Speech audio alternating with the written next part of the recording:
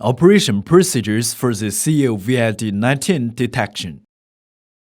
Let's show you the Vazyme's antibody IgG/IgM detection kit for the COVID-19, according to the standard operation of colloidal gold process.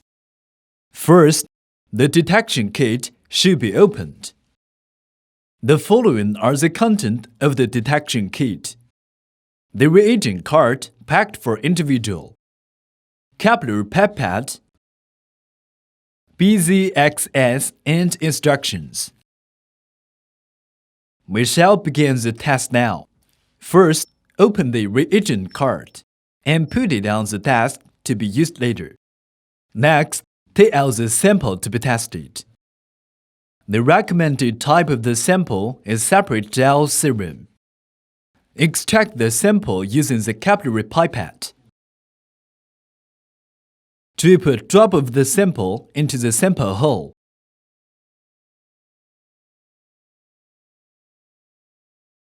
Then, take out the BZXS. Drip 3 drops of the BZXS into the sample hole. Wait 10 minutes for chemical reaction to take place.